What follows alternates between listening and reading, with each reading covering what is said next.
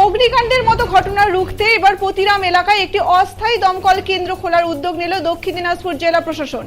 পতিরাম তো বটেই, কুমারগঞ্জ ব্লক এবং তার আশেপাশের বিস্তীর্ণ এলাকার প্রয়োজন এই উদ্যোগ। দক্ষিণ দিনাজপুর জেলার 8টি ব্লকের জন্য বালুরঘাট, গঙ্গারামপুর এবং বংশিয়ারি ব্লকের বুনিয়াদপুরে রয়েছে মোট 3টি ফায়ার স্টেশন বা দমকল কেন্দ্র। বালুরঘাটে 8টি, গঙ্গারামপুরে 4টি এবং বুনিয়াদপুরে 3টি গাড়ির সাহায্যে চলে অগ্নি নির্বাপন। তবে বালুরঘাট স্টেশনের অধীনে রয়েছে পতিরাম, কুমারগঞ্জ, বল্লা, বাউল, হিলি, ঠাকুরপুরা, তপন, ত্রিমোহিনী, তিওর সহ সীমান্তবর্তী এলাকাগুলি। স্বাভাবিকভাবেই এই স্টেশন থেকে এতগুলি এলাকা কভার করা সম্ভব হয় না। এদিকে বালুরঘাট স্টেশনে যত অগ্নিকাণ্ড তার 50%ই কুমারগঞ্জ ব্লকে। স্বাভাবিকভাবেই কুমারগঞ্জকে কভার করার মতো আরেকটি দমকল কেন্দ্র করার দাবি ওঠে। অবশেষে পতিরাম এলাকায় একটি অস্থায়ী দমকল কেন্দ্র চালুর উদ্যোগ নেওয়া হয়েছে। দমকল বিভাগ সূত্রে খবর, পতিরাম থেকে খুব কাছেই কুমারগঞ্জ ব্লকটি। নয়া অস্থায়ী দমকল কেন্দ্রের জন্য প্রথমে পতিরাম থানা সংলগ্ন একটি জায়গা দেখা হয়, কিন্তু সেখানে এই কেন্দ্র গড়তে গেলে অনেক দোকান পসার ভাঙা পড়বে। অবশেষে পতিরাম ত্রিমোহিনী 552 নম্বর জাতীয় সড়কের পতিরামে একটি ভবনকে আপাতত অস্থায়ী দমকল কেন্দ্রের জন্য চিহ্নিত করা হয়েছে।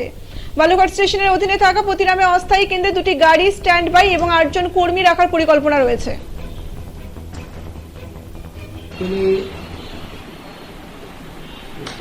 পতিরামের যে গ্রাম পঞ্চায়েত প্রধান আছে, উনি একটা অ্যাপ্লিকেশন করেছিলেন আমাদের এমআইসি সাহেবকে, সেখানে একটা ফায়ার ইউনিট করার জন্য।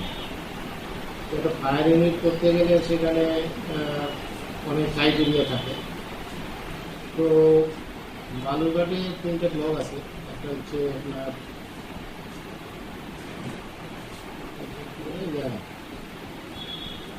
তখন একটা কুমারগঞ্জ, একটা হচ্ছে বালুরঘাট।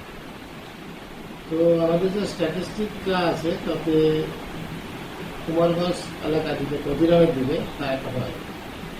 তো যেহেতু প্রধান সাহেব পতিরামের অ্যাপ্লিকেশন করেছে একটা, মানে একটা ফায়ার ইউনিট করার জন্য, তো আমাদের অনারেবল মিনিস্টার সাহেব উনি এটা স্ট্যান্ড বাই ইউনিটের জন্য আমাদেরকে বলেছে। সেই হিসাবে আমরা সেটা ডিস্ট্রিক্ট ম্যাজিস্ট্রেট একটা ইনকোয়ারিও করেছে ভেরি রিসেন্ট। তো আমরা সেটা দেখেছি, সেখানে একটা টেম্পোরারি স্ট্যান্ড বাই ইউনিট, একটা